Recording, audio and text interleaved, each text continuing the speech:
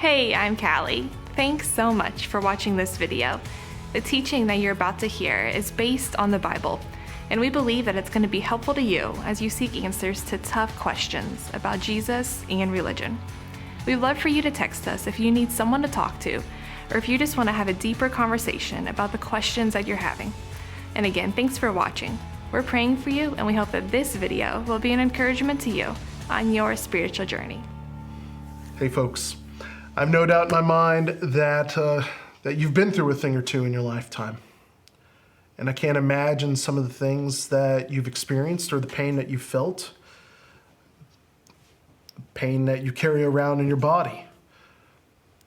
Maybe for some of you, it's from conflict and trauma that happened 3 weeks ago or even 30 years ago. And you're left with the burning question, like, is it possible to forgive someone? There's an ache in your heart for that. You want to. For a lady like Corrie ten Boom, forgiveness wasn't just a matter of what she felt at the time about a situation, nor was it a matter of what she thought about the person.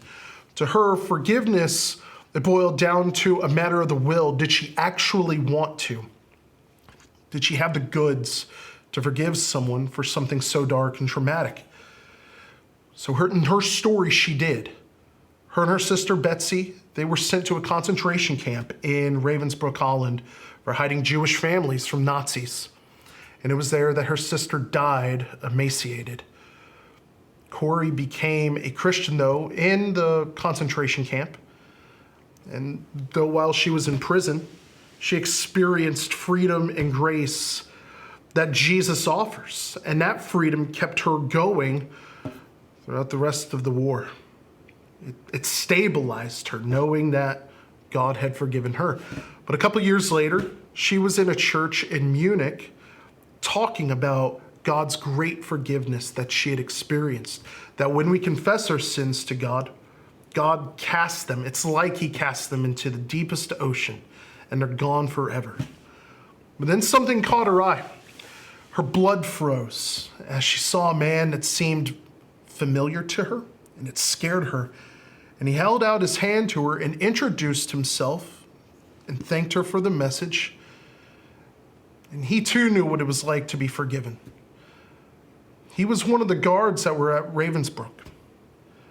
But he wanted to be forgiven by her too, because he heard her story of being at that same concentration camp.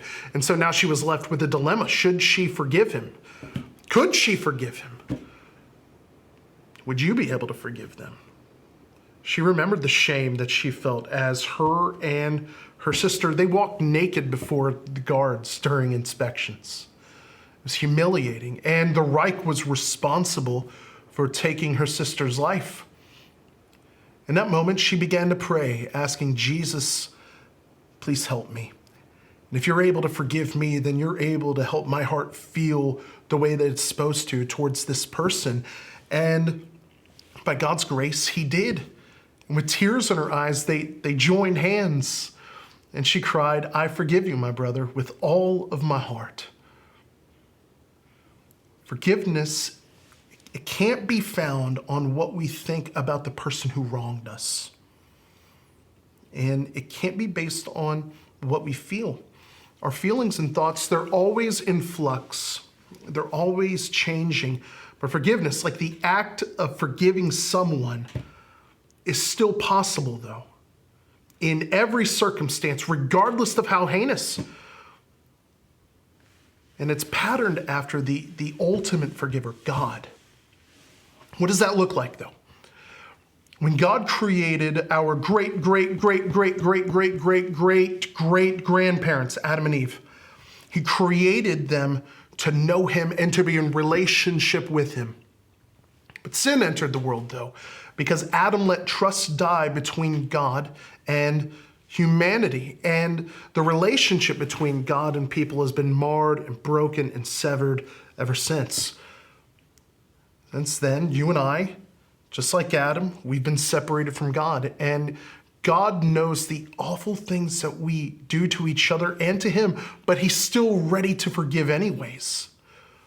It's not based on anything that I've done, but it's based upon Jesus, his son. He really is a gift. Forgiveness really is a gift, but not everyone receives his forgiveness, though. It's just like a gift that your mama might have gotten you for your birthday. You actually have to take possession of it and you have to open it before you get to enjoy what's inside. And so we receive or we own the gift of forgiveness through faith by placing our trust in Jesus and learning to trust God again. That's us opening the gift, enjoying the gift of forgiveness that God bought for us through Jesus. And to God, forgiveness always, 100% of the time connects to reconciliation. And so when God says, I forgive you, he's never ambivalent towards you. He says, I want to know you. I want you to know me. I want to spend time with you. And I want you to find your life in me. And that forgiveness is yours forever. So if it is possible for the chasm, the break in relationship between us and God to be mended, then I am 100% convinced that it's possible for even the greatest wound that you've experienced and felt from your worst enemy, that too can be forgiven. You can learn how to forgive. But in order to give the gift of forgiveness, you got to experience God's forgiveness for yourself. Do you know what it's like to be forgiven by God? To be friends with God? You could tell him now, even now in prayer, and you can ask him to forgive you, not because of anything that you've done, but because Jesus died and Jesus rose again so that you wouldn't have to be separated from God forever. And from this day forward, you're asking him to teach you how to pattern your life around the grace that you've received and experienced from God. Friend, pause for a moment. And if this is something that you've prayed like the first time, or maybe you have questions about what it means to have God's grace impact how you forgive other people, we want to hear from you. Text forgive to 812-432-2234, and we'd love to connect with you. Friends, if you found this video helpful, like it and share it with a friend. Subscribe, hit the bell, and as always, thanks for stopping by. Thanks again for watching this teaching. We hope that God spoke to you today through this video and helped answer any questions that you may have had. Again, feel free to text us if you would like to talk more about what you heard, or if there's any way that we might be able to help you. You can also find more videos and more resources at gracelandchurch.online. And if you feel that you've been blessed by these videos, please consider donating so that we can continue sharing more content to more people. And remember to give the video a thumbs up and subscribe for more answers to tough questions. Thanks again for watching, and we hope you'll join us again soon.